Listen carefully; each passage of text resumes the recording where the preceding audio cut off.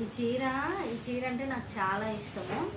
మా మరిదిది మా అన్నయ్యది రెండు కలిపి ఒక 1 మంత్ తేడానే. నవంబర్లో మా మరిది గారి పెళ్ళయింది, డిసెంబర్లో మా అన్న పెళ్ళయింది.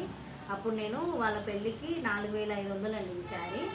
గట్టిగా 2 సార్లే కట్టుకుని ఉంటాను నేను. పెళ్ళప్పుడు ఒకసారి కట్టుకుంటే తర్వాత నాకు చాలా ఇష్టం ఈ కలర్ కాంబినేషన్ కూడా. మా ఆయన ఇష్టపడి తీపించింది ఈ చీర కూడా. దీనికి మళ్ళీ నేను బయట కుచ్చుళ్ళు వేయించిన ఈ చీరకి. మా పాప వేసుకున్న బ్లౌజ్ కూడా నాదే, నేనే సెట్ చేసి వేయించిన.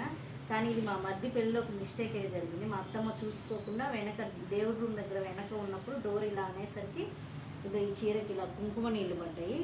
వాళ్ళు ఉపవాసం ఉంటారు కదా, ఆరికొమ్మ తీసుకొచ్చేటప్పుడు వాళ్ళకి నామాలు పెట్టాలని కుంకుమ నీళ్ళు తీసుకొచ్చి డ్రై క్లీనింగ్కి ఇచ్చినా కూడా ఈ మరక పోలేదు. నేను కూడా యూట్యూబ్లో చూసి నానాకి అన్ని వాడిన, అయినా కానీ చీర పోలేదు. ఈ చీర అంటే నాకు భలే ఇష్టం. అప్పటి నుంచి చాలా తక్కువ. ఇది కుచ్చుళ్ళల్లో కూడా కాదు, కుచ్చుళ్ళు చీర కట్టుకున్నాక మధ్యలో ఇక్కడ వస్తుంది అనమాట. ఇంకా నేను బయట కొంగుతో కవర్ చేసుకునేదాన్ని. 2 సార్లే కట్టుకున్నాను ఈ చీరని. చాలా ఇష్టం ఈ చీర నాకు.